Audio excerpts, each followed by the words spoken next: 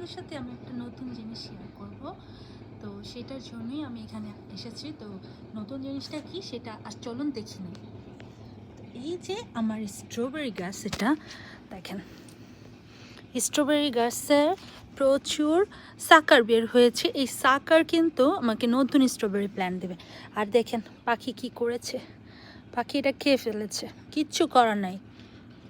হ্যাঁ, কিছু করার আছে যেটা আমি করতে চাচ্ছি না, কারণ আমার পর্যাপ্ত অবস্থা নেই। এই যে দেখেন, এগুলো কিন্তু ফেলে দিতে হবে। এগুলো যদি ফেলে দিই তাহলে নতুন করে চলে আসবে আমার নতুনটা। তো যার জন্য আমি ভিডিওটা করছি। এই যে এইটা দেখেন, এটা তো ছোট, এখানে একটা বড় আছে।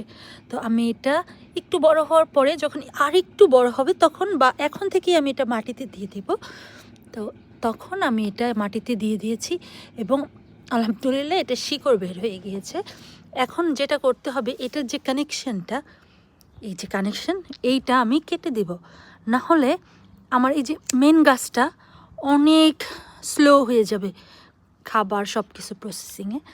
আর এটার জয়েন্ট এখান থেকে আমি কেটে দেব, তাহলে আর কি সুবিধা হবে ওর। কারণ ও এতদিন শিকড় বের হয়েছে কিন্তু ভালো মতো বাড়ছিল না, কারণ ও খাবার সংগ্রহ করছিল এই মেন গাছ থেকে, যেটা আমরা চাই না। আর এটা আমি একটু দূরে সরিয়ে দিব। আর এইটা করব কি, এখানে রেখে এইটা এখানে বসিয়ে দেওয়ার চেষ্টা করব যেন সুইটেবল। হাতের কাছে যা পাচ্ছি তাই দিয়ে এটা বসানোর চেষ্টা করছি এখন। পরে এটা বসে কি বসে না সেটা তো পরে দেখব।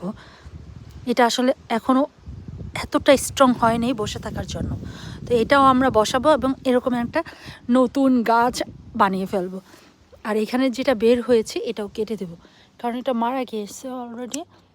আমার দরকার মেইন স্টিম, মেন গাছ, এগুলো কোনো কাজের না। এই যে স্ট্রবেরি গাছ থেকে নতুন একটা গাছ পেয়ে গেলাম।